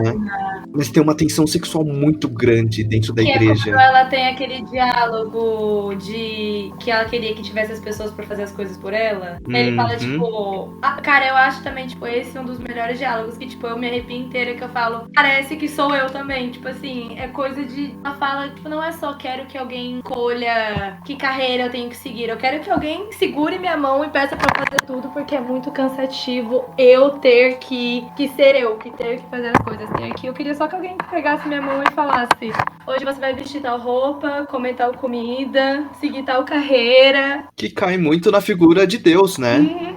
No destino, né? Nossa, tem muitas camadas dentro disso. E eu gosto muito que toda essa tensão sexual é criada dentro da igreja. Essa repressão sexual também dos dois, né? Daquele do proibido. E eu gosto que ao todo tempo eles colocam a imagem da cruz lá atrás. Pra lembrar ao telespectador também, É sabe? tipo a bandeira dos Estados Unidos nos Sim. filmes. Nossa, sim. É como se o padre estivesse constantemente sendo. Não Gato. julgado, mas. Não, sendo julgado, sendo visto pela figura de. Nossa, a gente tá indo muito longe. É como se, assim, sempre tivesse, tipo, dois caminhos pra ele seguir, né? Tivesse entre a Fleabag e a religião, né? E aí, tipo, são as duas coisas que oferecem conforto pra ele, mas a Fleabag tem esse contorno mais carnal, assim, que a religião não consegue oferecer. Eu acho muito foda, assim, tipo, como toda a cena com ele tá presente, né? E é legal porque, tipo, assim, isso sempre dá um momento cômico, né? Igual essa cena que eles vão se pegar, o quadro cai, assim, ou quando ele puxa alguma coisa religiosa. Mas também dá um sentido meio trágico, né? Porque, tipo, a gente, querendo ou não, tá acompanhando o ponto de vista da Fleabag. E a gente sabe que o momento que ele se voltar pra religião vai ser o momento que a gente vai perder ele junto com ela também.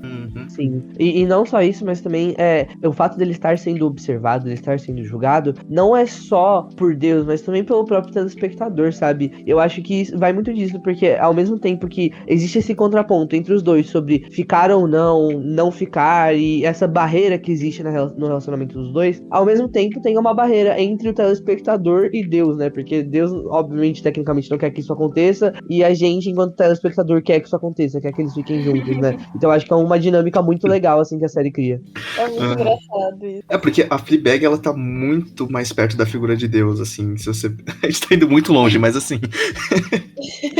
ela tá muito centrada na questão divina, né? Mesmo ela não percebendo isso. Os pensamentos dela, tudo que ela almeja também, né? Ela e o padre são muito parecidos. Eu acho que principalmente porque no começo ela tinha o estereótipo do padre, né? Do que é o padre. Nossa, sim. O desfecho dele é muito bom, né? Que eles continuam ficando. E o primeiro momento que eles ficam... Nossa, meu Deus também, né?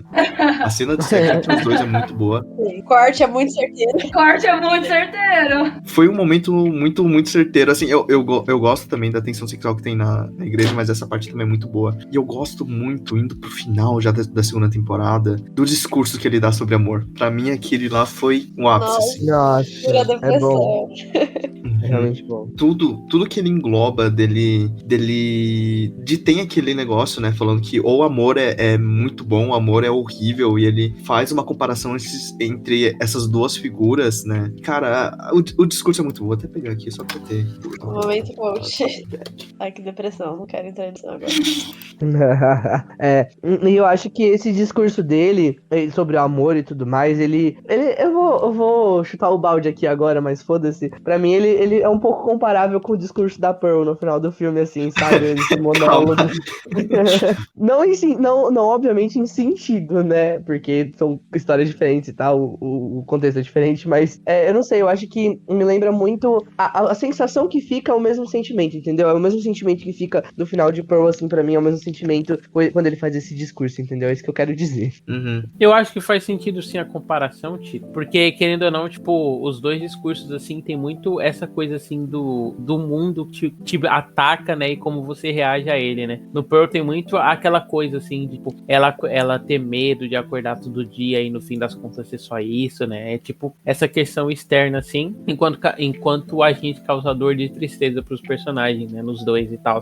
E eu acho foda, assim, tipo, toda essa coisa, assim, do padre, né? A gente passou por várias camadas aqui dele, né? Dele ser até uma quebra, assim, desse tipo de personagem, quando ele aparece na série, ele ofereceu conforto pra Fleabag. E eu concordo muito com isso que vocês falaram, de que no final das contas, ele tem esse contraste com o Martin e tal. Porque é isso, né? Tipo, a gente consegue ver dois opostos, assim, de expectativas do masculinas de como lidar com o problema, né? E como eles geram relacionamentos parecidos, assim, só que opostos com o da Fleabag. Tem todo o arco do padre, que o arco do padre se remete muito a escrever, né, o poema que a gente tem no final o texto que a gente tem no final sobre amor, né? E é bom porque a gente vê que ele aprende com a Fleabag sobre o que é o amor, ele está pronto a escrever, e a Fleabag meio que já entende o que ele quer dizer com o contexto, né? Tanto que a cena do ponto de ônibus remete muito a isso, né? Porque ela meio que já entendeu o lado em que o padre vai escolher, né? A escolha dele, né? Eu gosto muito desse final, que ele fala: mas não tenho certeza se isso é verdade. É preciso muita força para saber o que é certo, e o amor não é coisa para os fracos. Para ser uma pessoa romântica é preciso ter muita esperança. Eu acho que o que eles querem dizer com isso é: quando você encontra alguém a quem ama, isso se parece um pouco com ter esperança. Que remete muito à figura da Fleabag, que tá sempre no fundo do poço, procurando essa luz no fim do túnel, né? Essa esperança que ela sempre almeja. Sim, e eu acho que esse final, né, esse discurso e tudo mais, e eu te amo, e ele fala, mas vai passar, eu acho que tudo isso é muito, muito bom, né? É uma construção de cena tão forte, tão bom, é tudo muito bem criado, bem majestoso, assim, sabe? Pra você realmente ter esse sentimento da Fleabag de frustração, né? De tipo, porra, ele não me escolheu, mesmo sabendo de tudo isso, mesmo tendo noção de tudo isso, ele não me escolheu, e ao mesmo tempo, é uma questão que a gente vê, é um ponto que a gente vê o amadurecimento da Fleabag, assim, sabe? Porque se pra você amar alguém, você tem que ter esperança, então, porra, a Fleabag evoluiu, ela tem esperança, sabe? Ela meio que também se dá conta disso, né? Tem essa virada de chave dela no final, assim. E a série até que terminou de um jeito bastante esperançoso, assim, sabe? Ela fala que acabou, mas ela convida a gente pra ficar com ela, então acho que todo esse final, ele é muito catártico, assim, pra ela, sabe? Se é que eu posso dizer. Porque é muito interessante a forma como ela tem um amadurecimento, como é distante, né, do final da primeira temporada para o final da segunda. E é muito legal a gente ver esse crescimento dela. Eu não senti tanto essa frustração da Fleabag. Obviamente, o telespectador fica, né? Mas acho que principalmente porque a Fleabag, eu acho que já esperava isso. E eu gosto que essa parte da esperança, de ter esperança no amor, ter esperança, eu acho que quando ele faz esse discurso, você vê que ele tá se remetendo à esperança a Deus, né? Porque ele tem essa esperança de se tornar alguém que ele quer ser, que acaba se remetendo à figura religiosa. Tanto que depois que ele faz esse discurso, a primeira coisa que a Fleabag pergunta é ele, não é? E ele só responde sim. Gente, mas cá entre nós, tipo, quando ele fala vai passar, eu percebo um eu te amo também. Mas não Sim. na expectativa dela. Tipo, ela fez muito bem pra ele e tudo mais. Tipo, eles descobriram coisas juntos, eles chegaram a essa conclusão juntos. Mas, tipo, ele só não escolheu ela. E são amores diferentes, me arrisco a dizer. Eu consigo Sim. perceber eu te amo também, mas, tipo, não é você. Então, Não é né, você, que ele sou ama eu. ela depois. Ele Mas, fala. tipo, dá pra entender que realmente Então, Ele verbaliza. ele ama, ele só não tá escolhendo ela. isso é muito forte, nossa. Sim, Nossa, sim. muito forte. Eu acho que o discurso inteiro fala sobre isso, né? Porque ele falou amor é horrível, amor é doloroso, assustador, que faz com que você se duvide de si mesmo, que cai muito na figura do padre, né? Ele tem essa dúvida muito grande e a Fleabag entrando na vida dele aumenta essa dúvida dele, né? Ele fica muito entre esses dois opostos. Eu acho que esse discurso que ele faz meio que remete todo... E legal, né? Porque ele não é o protagonista. A gente tem um arco dele inteiro e esse discurso meio que sintetiza tudo que ele passou até ele chegar no ponto final e da escolha final dele. Sim. Mas a gente Sim. finge que é protagonista sim. Todo mundo vê Fleabag pra ver o padre. Mas Pena que é. ele acaba sendo o protagonista da segunda temporada. Ele tem um arco muito, muito grande aqui, sabe? É sobre os dois, né? Querendo ou não, essa temporada inteira. Vocês viram a série acompanhando o lançamento da primeira e da segunda, ou vocês já viram quando tinha as duas? Porque eu fui ver com a expectativa do padre. Tipo, Eu também. a primeira eu ficava, ok, em algum momento vai aparecer. E eu não sei se é diferente a sensação de quem viu a primeira depois. Eu assisti sabendo da figura do padre, eu já sabendo da cena final, porque aparece em todo lugar, né? Mas eu assisti por causa do Enthusiast, na verdade. Quando venceu a votação, eu peguei pra assistir, já vai fazer o quê? Uns 6 meses aí. Mas já tinha segunda temporada. Já. Foi há 6 meses atrás, eu acho que essa votação aconteceu.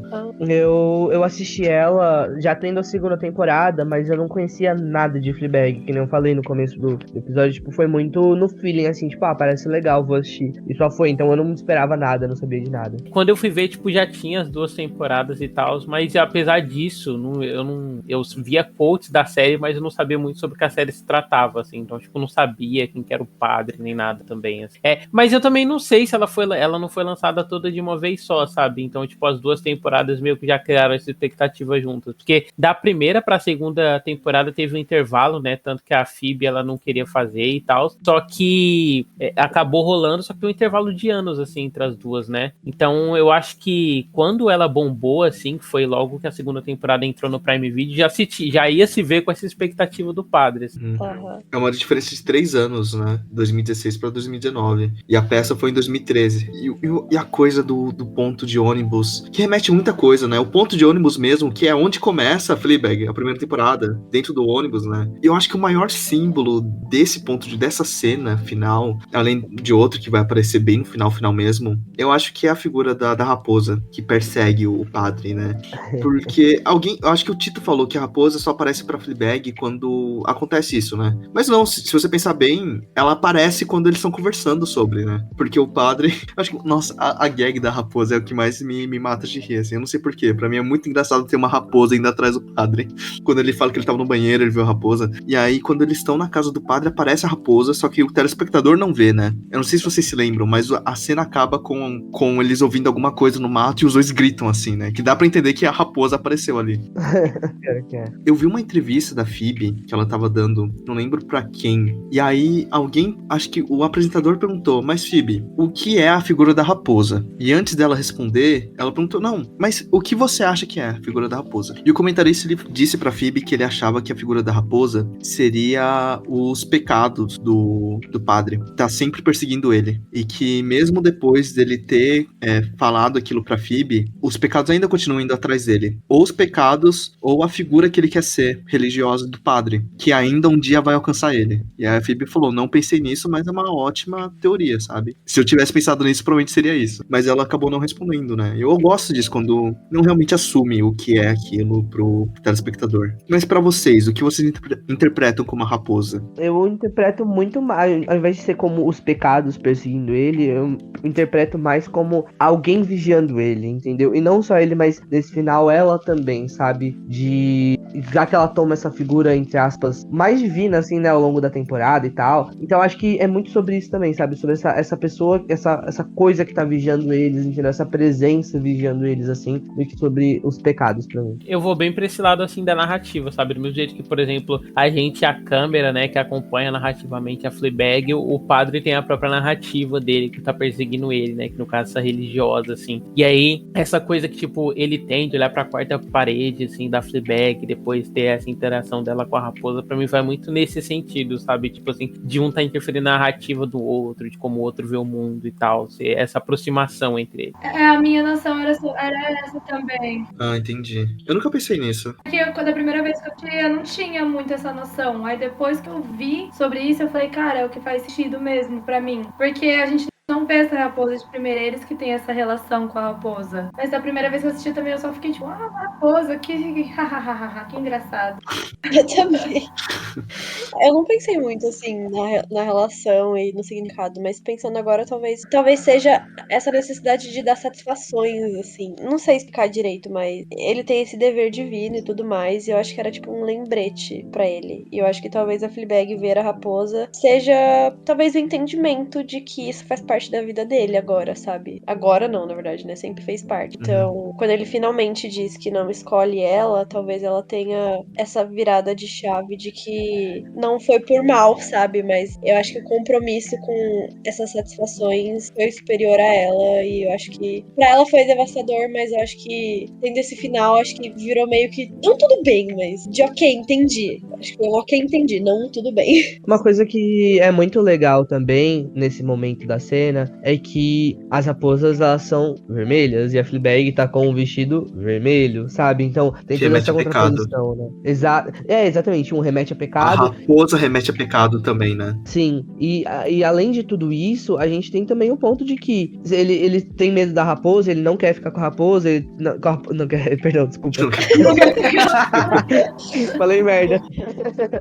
Ainda bem que ele não quer, né? Mas enfim, ele tem medo da raposa, ele acha que tá sendo perseguido e tudo mais, e ao mesmo tempo tem essa questão com a Fleabag também, né? Então, acho que é um bom contraponto, assim, quando a gente percebe ela de vestido vermelho e tudo mais, e como a raposa também é vermelha, enfim, toda essa relação aí.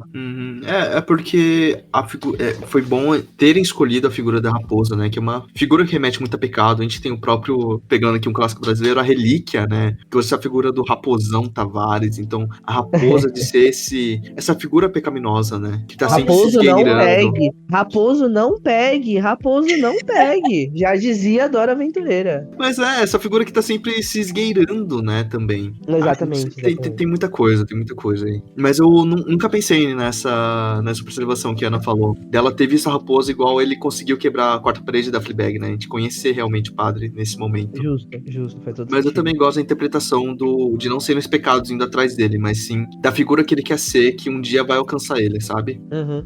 Até porque no contexto que a série usa, né, a religião, tipo, a religião ela é muito mais uma característica de personagem, assim, do padre, do que uma coisa discutida a sério como religião, né? Então levar, tipo, a raposa pro lado mais interpretativo religioso me parece até meio, não sei, mas meio fora do que é a própria série, né? Que essa narrativa, tipo, mais cotidiana, assim, menos grandiloquente do que seria essa coisa religiosa. Eu gosto que junto com esse símbolo da raposa, a gente tem o símbolo da estátua no final. E aí a gente tem o símbolo da raposa, o símbolo dela, que é o símbolo da estátua, né? Como se a gente também tivesse, depois de 2 temporadas, conhecido a Fleabag, né? A gente não precisa mais acompanhar ela deixa a câmera e pela primeira vez a gente vê a Fleabag fora da câmera, fora do centro da câmera, né? Ela indo embora e realmente deixando o telespectador ali. Mas eu gosto das olhadinhas que ela dá, tipo, vocês estão aí ainda?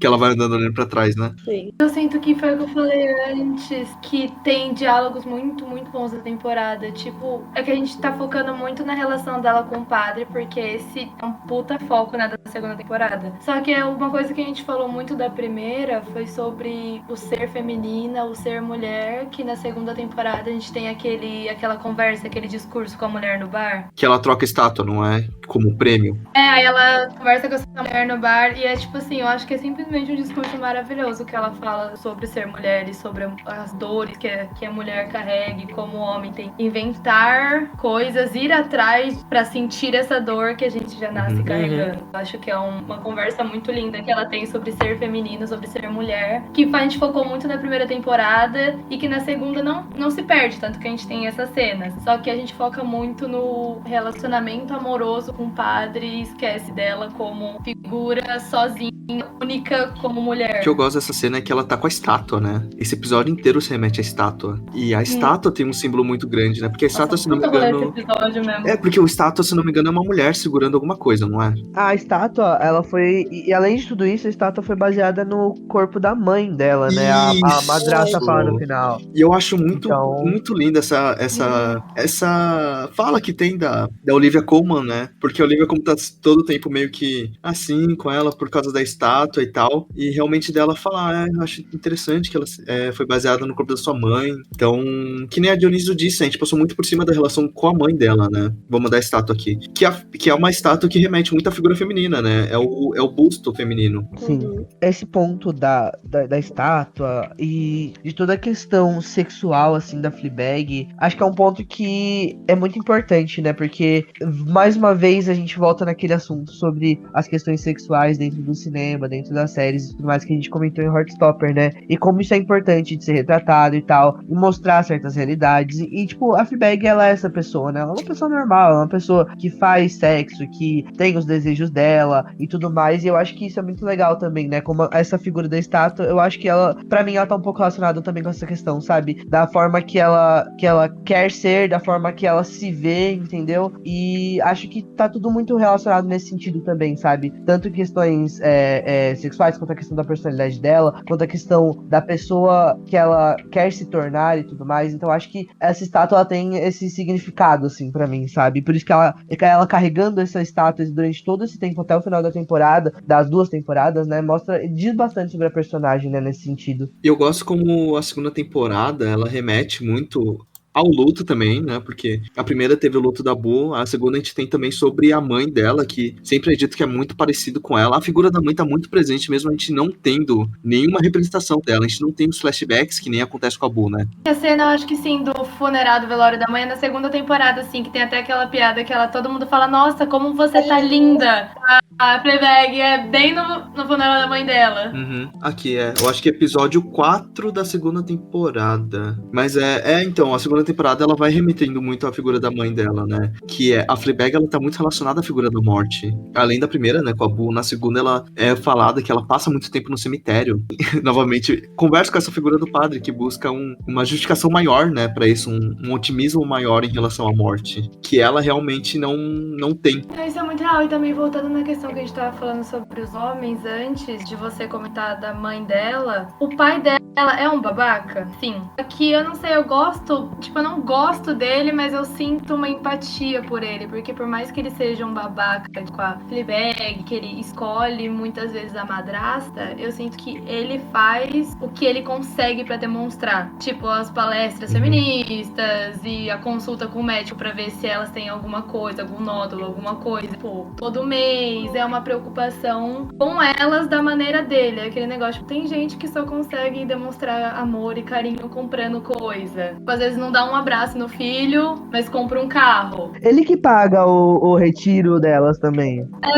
Exatamente. Tipo, eu acho que como ele demonstra é até onde ele consegue. Uhum. Eu acho que é por isso que eu não consigo odiar ele. Eu sinto uma empatia, que eu fico tipo, nossa, cara, você conseguiria tão mais. Tipo, tanto que eu acho que ele tem uma conversa com a Fleabag na segunda temporada, não sei se é nesse flashback do velório da mãe dela, que é muito bonito de ver a relação dos dois. Só que ele ainda é homem, A conversa escolheu no a porão. madrasta, e eu acho que é.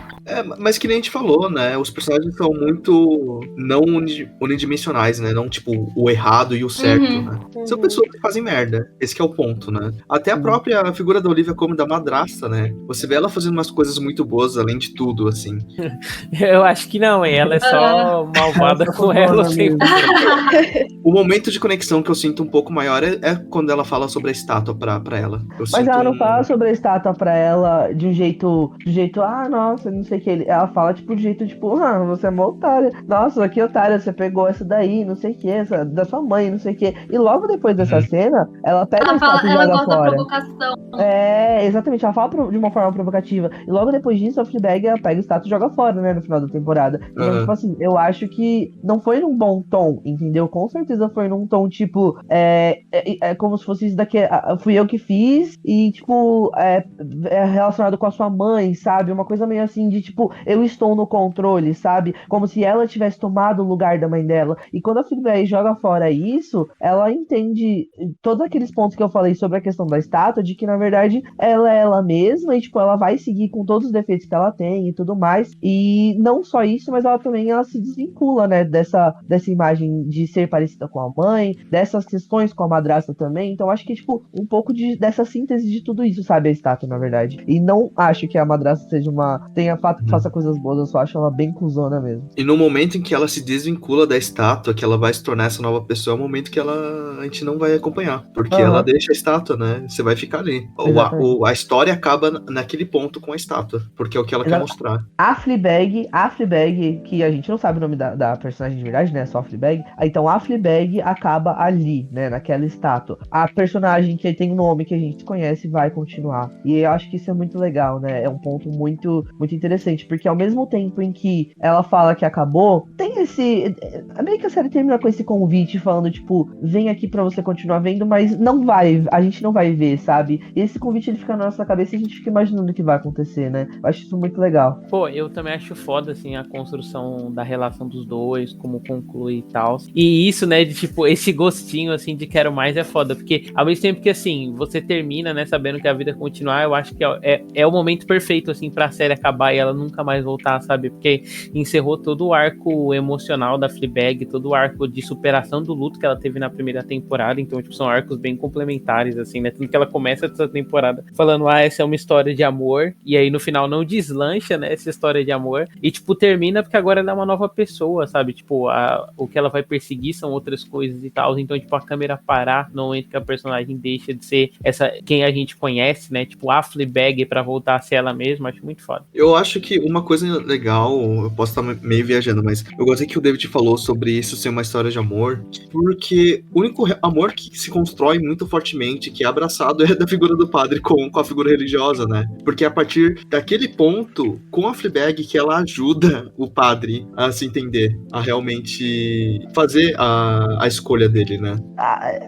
Eu acho que sim, mas também eu acho que. Posso estar falando merda, mas eu acho que também é muito de amor próprio, assim, dela, sabe? E Não, dela, sim, tipo, sim. Eu não tô falando que objetivamente é isso, sabe? ah, tá, entendi. Não, tudo bem, eu concordo. Não, eu concordo com você. Mas eu também vejo muito esse amor próprio dela também e tal. E não do tipo coach, mas do tipo realmente ela se aceitar e tudo mais. E assumir esses pontos pra ela mesma. Então eu acho isso muito legal. Sim, no final ela acaba com um sorriso de esperança, né? Que nem é dito. No momento que você acha o amor, que você se apaixona, você tem esperança, né? Sim, exatamente. Uma querida, né? Uma querida. Certo. Então vamos lá. Comentários e notas. Quem vai começar é o Tito. Toda vez isso, né? Mas tudo bem, vamos lá.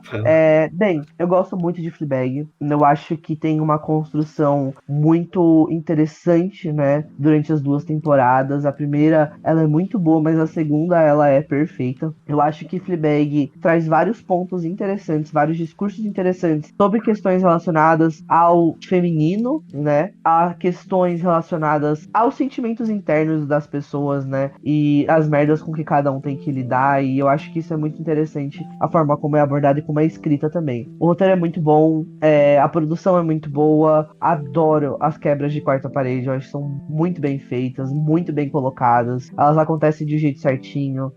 E eu gosto que, ao mesmo tempo em que a série ela traz pra gente, mostra que nada é só bom e nada é ruim, né? Não tem essa dualidade, não existe essa dualidade. Ela coloca, por exemplo, o padre contra a dualidade Deus e Fleabag, né? Então eu acho que, ao mesmo tempo que não, a série busca tirar isso, mostrar que não tem isso, não existe só bem e mal e tudo mais, traz essa dualidade na questão amorosa, e isso é muito legal também, né? É como se a série mesmo se contrapusesse de uma forma muito inteligente, eu acho isso muito legal. Eu gosto da fotografia também, é muito boa, e a minha nota pra ela é de 0 a 10, né? Vai pra 9,5. Eu acho que um 9,5. Certo. Passa a bola pra quem? Eu vou passar a bola pra nossa estreante aqui, pra Aninha. Filho da mãe. Que isso? Não, deixa eu pensar então. Fleabag é uma série que, como eu falei desde o começo, eu sinto que mexeu muito, falando de uma maneira pessoal comigo, por ter essa figura feminina que não pede culpa, que erra, que é irônica. Eu senti que isso é muito bom de se assistir de uma maneira que não é forçada. Ela só traz pra gente. Eu gostei muito também da Claire, como ela evoluiu, como teve a libertação dela, principalmente feminina, na segunda temporada, como a gente cresce com a série. E esse negócio também, acho que o David tinha comentado de ter gente que não gosta muito da série. Tem muita gente que tem problema com protagonistas que tem a liberdade de serem, tipo, cuzões, sabe? Serem filhos da puta. E ela tem a liberdade de ser porque ela é só uma mulher. É apenas uma mulher retratada na série. Eu acho que é uma série linda. Eu acho que a ambientalização dela é boa, ela não é maçante se assistir, ela é rápida, ela é concisa, tipo, a gente consegue entender tudo o que acontece, ela não tem uma linha de tempo que a gente fica perdido. É gostoso, fácil de assistir, com uma crítica forte por trás, sem precisar ser cansativo. É uma série que eu gostei muito, muito, muito. E eu acho também Também que eu dou 9,5 por conta que a segunda temporada pra mim é um 10 e a primeira, eu não sei se foi porque eu assisti querendo a segunda, eu não dei tanto valor. Talvez reassistindo a primeira eu dei um 10. Eu posso fazer só um comentáriozinho antes? Eu só queria falar que a Fleabag, ela pra mim é aquela pessoa daquele meme. She's so crazy, love her. Eu tenho certeza que ela é Filha da puta, ela não é nada disso. Ela é crazy de verdade. Eu passo a bola pra minha outra amiga desse grupo pra dar a visão feminina dela sobre Fleabag. Amei. Bom, vamos lá.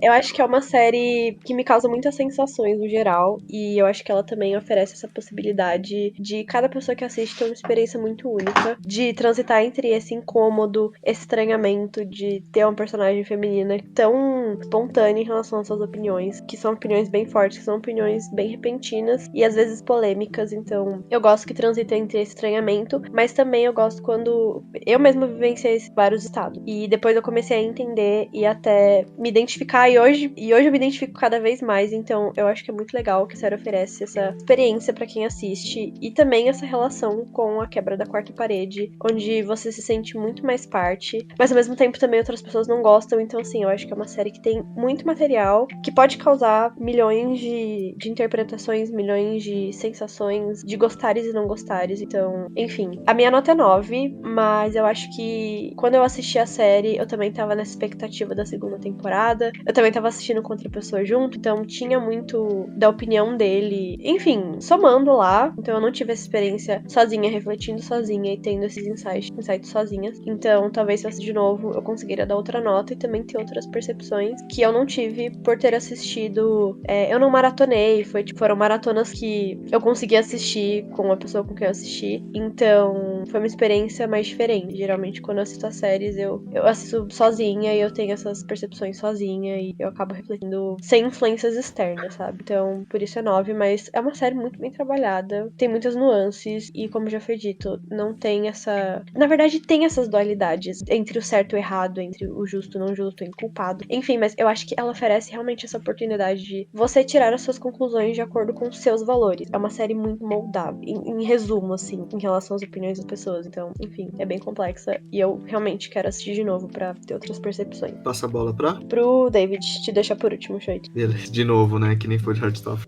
Ai, cara, eu adoro a série. Pra mim, ela é uma série 10 de 10, assim. Apesar de, por exemplo, eu não achar a primeira temporada tão brilhante quanto a segunda, né? Eu comentei lá o episódio do jantar. Eu também amo muito a cena do diálogo entre ela e a outra mulher no restaurante. Inclusive, esse diálogo tem uma frase que eu sempre uso aí pra mostrar como ver as coisas no idioma original é melhor, né? Porque ela faz um trocadilho ótimo. A mulher pergunta: what's your favorite period movie, né? Que em inglês seria tipo filme histórico, e ela responde Carrie, né? Porque ela troca o period por o period de menstruação. Assim. Acho muito legal essa piada assim no texto original. Eu sei que traduzido não funciona igual, né? Porque não tem como funcionar. Mas eu gosto bastante assim do ritmo da série, né? Essa coisa que ela tem, tipo, serem vários continhos assim dentro do episódio. É quase como se você estivesse scrollando um feed de alguma rede social mais curta, né? Tipo TikTok e tal. E aí, tipo, você vai de uma coisa pra outra. Acho que ajuda muito assim no fluxo quando você tá assistindo. É muito fácil maratonar e tal. É uma personagem da Fleabag, né? Acho que ela é um desses personagens mais literalmente eu que existem, né? Porque ela é cheia de contradições, assim. Tipo, ela é muito complexa, né? Em como ela tem desejos, vontades. E, tipo, ela quer coisas que são bem impossíveis pra ela, mesmo sendo coisas comuns, assim. Tipo, amar e o reconhecimento paterno e tal. Acho a esfera de personagens também à volta dela é muito brilhante, né? A Claire, enquanto esse estereótipo da mulher hollywoodiana bem sucedida, né? Tipo, ela tá lá, ela é casada, ela é rica, ela pode viajar pra outros países e tal. E aí, tipo, no fim,